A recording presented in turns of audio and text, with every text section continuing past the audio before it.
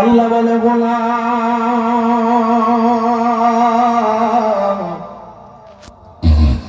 আমি আল্লাহ তোমারে আমার আপন হাতে বানাইছি, মায়ের গর্ভে তোমার জবান পবিত্র রাখছি, অপবিত্র হইতে দেই নাই।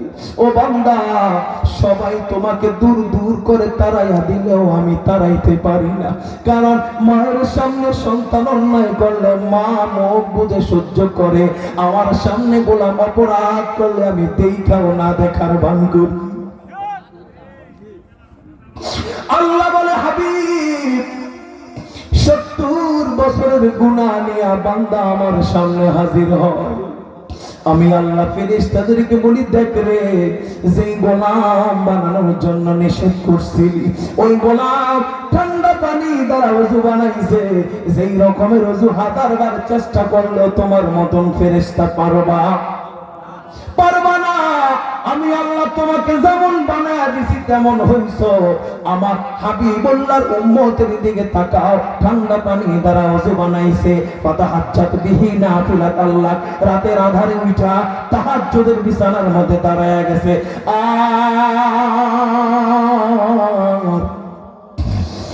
আমার এই গুনাহগার গোলাম আমার কদমের মধ্যে লুটায়া সুবহানা রাব্বিয়াল আ'লা বলতে দেরি হইছে, আমি আল্লাহ আরশ আজিমে থাকতে পারি নাই। আমার এই গুনাহগার গোলাম 70 বছরের গুনাহ নিয়া আমার এই বান্দা আমার আপন কদমের মধ্যে লুটায়া পড়ছে। হাবিব, যেই মুহূর্তে আমি আল্লাহকে আপন ভাবে জড়ায়া ধরছে, আমি আল্লাহ আরশে আজিমে থাকতে পারি নাই।